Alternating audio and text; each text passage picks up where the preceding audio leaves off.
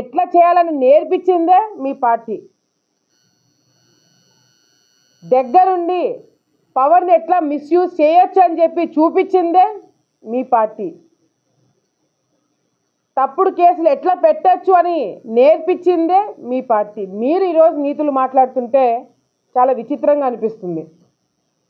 ఇదే జగన్మోహన్ రెడ్డి గారు తప్పుడు కేసులు పెడుతున్నారు, తప్పుడు కేసులు కార్యకర్తలు ఇబ్బందులు పడుతున్నారు, నేను అండగా ఉండని చెప్పి నీతులు మాట్లాడుతున్న జగన్మోహన్ రెడ్డి గారు వైసీపీ పార్టీ వాళ్ళు మా మీద కేసులు పెట్టి జైలుకు పంపించినప్పుడు ఎందుకు బయటకు వచ్చి మాట్లాడలేకపోయినారు? మా మీద కేసులు పెట్టి ఇబ్బందులు పెట్టినప్పుడు ఎందుకు జగన్మోహన్ రెడ్డి గారికి కనిపించలేదు? అంటే మీకొక న్యాయము, మాకొక న్యాయము. ఇంతవరకు చంద్రబాబు నాయుడు గారు అధికారంలోకి వచ్చిన తర్వాత మన జిల్లాలో, మన నంద్యాల జిల్లాలో ఉదాహరణ తీసుకుంటే వాళ్ళ అధికారంలోకి వచ్చిన ఈ 9 నెలలు, గత 9 నెలల్లో, ఇప్పుడు తెలుగుదేశం పార్టీ అధికారంలోకి వచ్చిన 9 నెలల్లో 307 అటెంప్ట్ టు మర్డర్ సెక్షన్లు వాళ్ళని పెట్టినారు, మేమెన్ని పెట్టినాం అనేది ఒక్కసారి బయటికి తీస్తే ఆశ్చర్యపోతారు.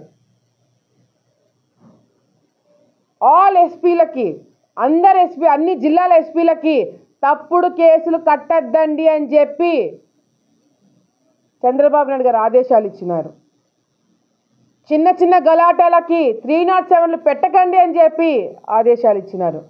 నిజంగంటే మీ మీద కక్ష తీర్చుకోవాలా, వైసీపీ నాయకుల మీద ఇబ్బందులు పెట్టాలా అని చంద్రబాబు నాయుడు గారు కాదు కదా, లోకేష్ అన్న డిసైడ్ అవుతే మాత్రము వేరేగా ఉండే పరిస్థితి.